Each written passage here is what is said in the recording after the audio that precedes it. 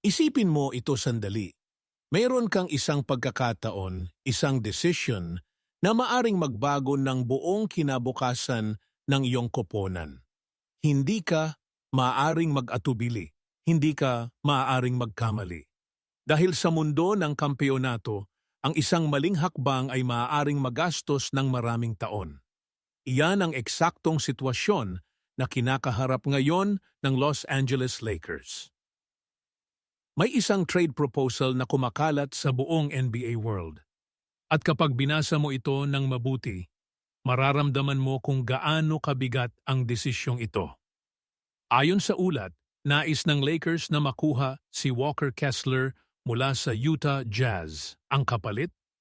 Si DeAndre Ayton, si Dalton Knecht, si Jared Vanderbilt, ang kanilang ika-25 na pick sa 2026 NBA Draft at isang future second-round pick. Malaki, napakabigat, at posibleng panghabang buhay na desisyon para sa franchise. Pero bago natin pag-usapan kung tama o mali ang trade na ito, kailangan muna nating tanggapin ang isang katotohanan na matagal nang nakikita ng lahat. Ang Lakers ay may malaking butas. Hindi sa offense, hindi sa playmaking. Ang butas nila ay nasa loob ng pintura. Ang interior defense nila noong nakaraang season ay isa sa mga pinakamasakit na kahinaan nila. At kahit gaano kagaling si Luka Doncic sa pag-orkestra ng atake, kung ang kalaban ay madaling makapasok sa paint at makapag-score sa loob, walang saysay ang lahat ng kagalingan ni Luka sa labas. Kaya naman, kapag naririnig mo ang pangalan ni Walker Kessler, may dahilan kung bakit nagliwanag ang mga mata ng maraming Lakers fan. Sa edad na 23, si Walker Kessler ay hindi ordinaryong sentro. Ang kanyang timing sa pagprotekta ng rim ay natural, hindi pwedeng turuan, hindi pwedeng gawing artipisyal. Ang uri ng instinct na mayroon siya sa loob ng kulay ay bihira. Kaya niyang baguhin ang desisyon ng kalaban kahit hindi niya direktang tinatamaan ang bola. Ang presensya niya lamang sa paint ay nagpapabago ng buong atake ng karibal.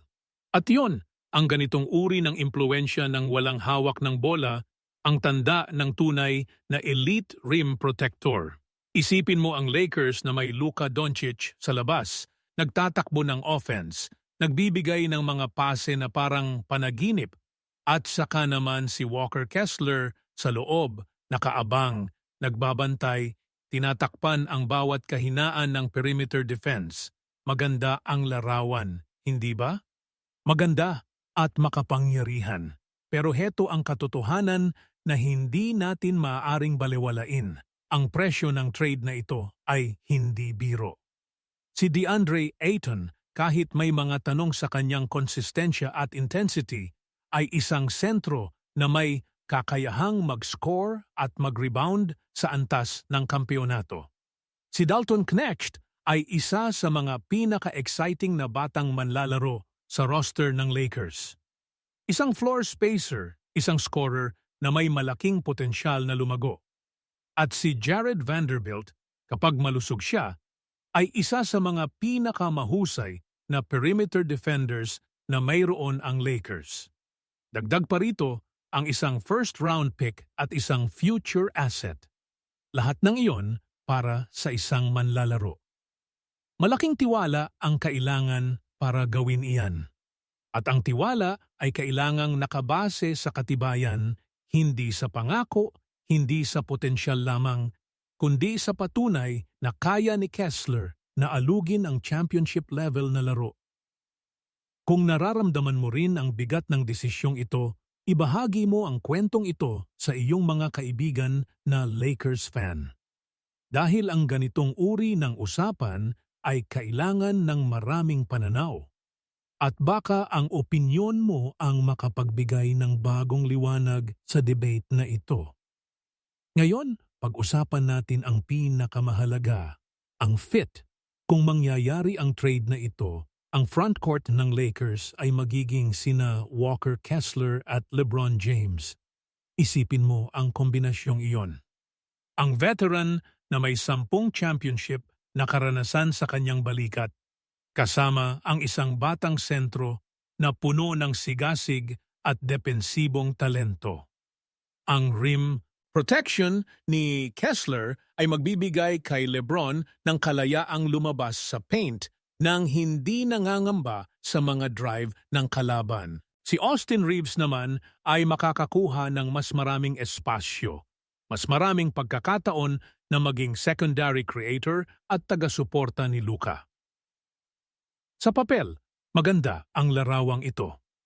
Matibay sa depensa, may direksyon sa offense.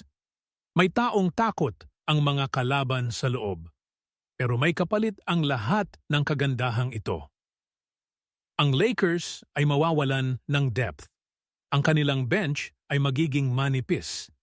At kung may mangyaring hindi inaasahan, isang injury, isang slump, isang serye na nangangailangan ng adjustments, wala silang maraming option na mapagkukunan. Sa playoffs, ang depth ay hindi luho. Ito ay pangangailangan. At kapag wala ka nyon, kahit ang pinakamahusay na starting five ay maaaring mapagod at mapahina. Higit pa rito, may isang tanong na nananatiling walang malinaw na sagot. Handa na ba talaga si Walker Kessler para sa responsibilidad ng pagiging starting center ng isang championship contending team? Magaling siya, walang duda. Pero ang maging magaling sa Utah Jazz at ang maging epektibo sa isang koponan na naglalayong manalo ng sing-sing ay dalawang magkaibang bagay. Ang presyon ay naiiba, ang expectations ay naiiba, at ang margin para sa pagkakamali ay halos wala.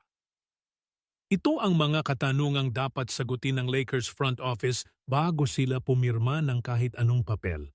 Pero sa kaibuturan ng lahat ng analysis na ito, may isang mas malalim na tanong na kailangang sagutin ng Lakers at ng bawat isa sa atin na sumusuporta sa kanila.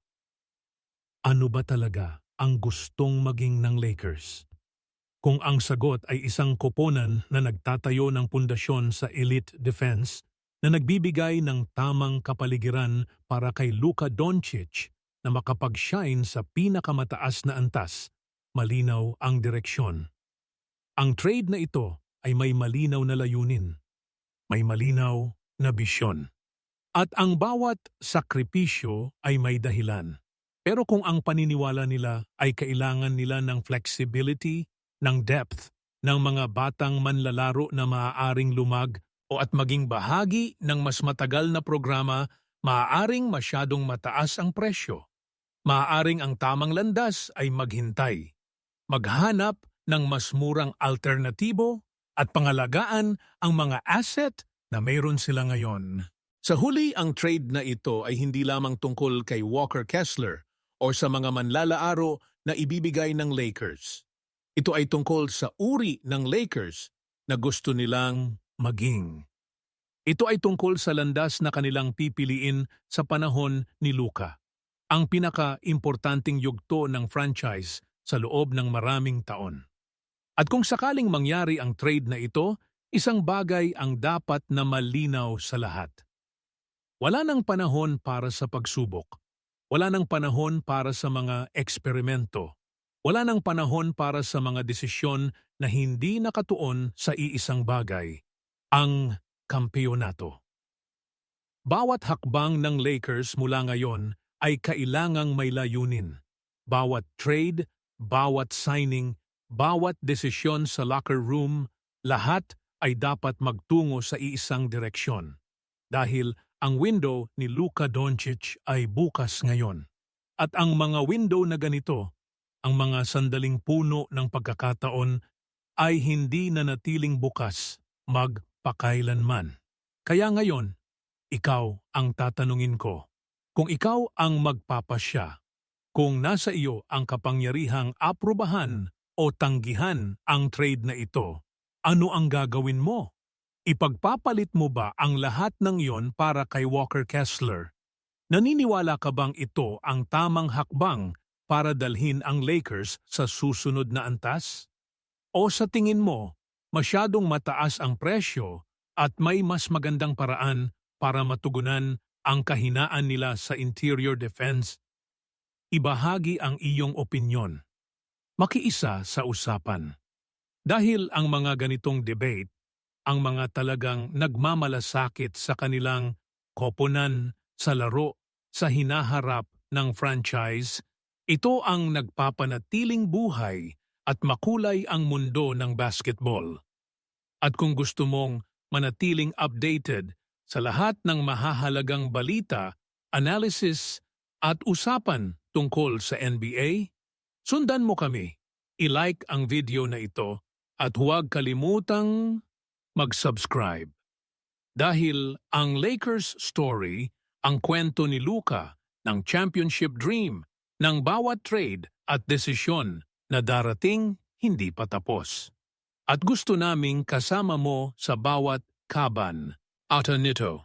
Script length, 8 to 9 minutes voiceover. Format, single continuous flow. Language, natural Filipino.